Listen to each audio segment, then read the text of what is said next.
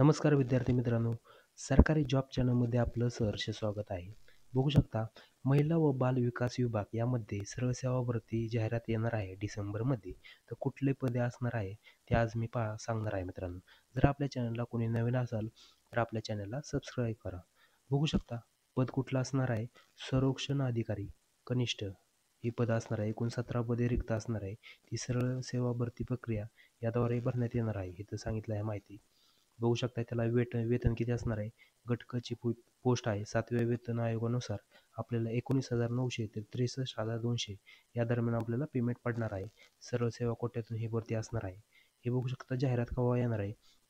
बघू शकता या वेबसाईटवर दिनांक 8/12/2025ला जाहिरात आपल्याला उपलब्ध होणार आहे. फॉर्म भरायची लिंक पण आपल्याला उपलब्ध होणार आहे. आणि त्याची शेवटची तारीख किती असणार आहे इथं बघू शकता. इथं खाली दिलं आहे शेवटची तारीख 22/12/2025 ही शेवटची तारीख असणार आहे मित्रांनो. हे बघू शकता सरळ सेवा भरती प्रक्रिया आहे. ही अजून पेपर TCS IBPS घेणार आहे हे अजून कळालं नाही.